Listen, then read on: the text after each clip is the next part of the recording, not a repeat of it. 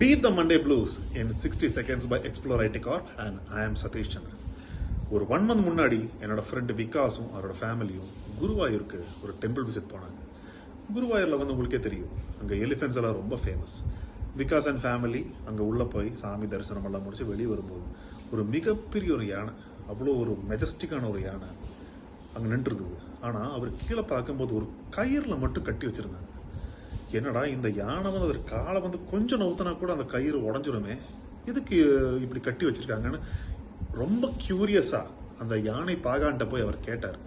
என்னங்க இவ்வளோ பெரிய யானை அது போய் ஒரு கயிறுல கட்டி வச்சிருக்கீங்களே, அது ஒரு கால் இழுத்தாவே அந்த கயிறு உடஞ்சிரும், எப்படிங்க அப்படி கேட்கும். அந்த யானை பாகான்னு சொன்னது, இந்த யானை சின்னதா இருக்கும்போதே இந்த கயிறுல நான் கட்டினோம்.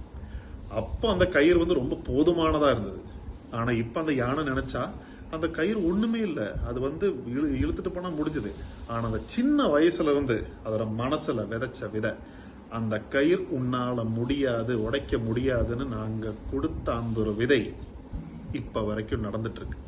இதே மாதிரி நம்ம சின்ன வயசுல நம்ம கிட்ட நிறைய பேர் சொல்லியிருப்பாங்க, இது உன்னால முடியும், இது உன்னால முடியாது, நீ இப்படி ஆகணும், நீ இப்படி ஆகக்கூடாது, நீ இதுக்கு திறமை வாய்ந்தவன், இதுக்கு திறமை வாய்ந்தவன் கிடையாது, அப்படி இப்படின்னு எல்லாம் சொல்லியிருப்பாங்க. அப்படின்னு ஒரு கயிறுல உங்களை எல்லாம் கட்டி வச்சிருப்பாங்க. ஆனா அந்த கயிறை உடைக்கிறதுல அதுல மட்டும் உங்க வெற்றி இருக்கு. Because there is an entire world for you to conquer. நீங்க இந்த மாதிரி ஒரு கயிறுல அகப்பட்டு கிடக்காதீங்க, உடைச்சிட்டு வெளியே வாங்க. Let me end with one of my favorite quote. Never settle unless your victory is a history.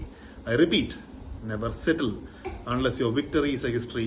அந்த கயிறை உடைச்சிட்டு வாங்க, explore the world and conquer the world. Thank you.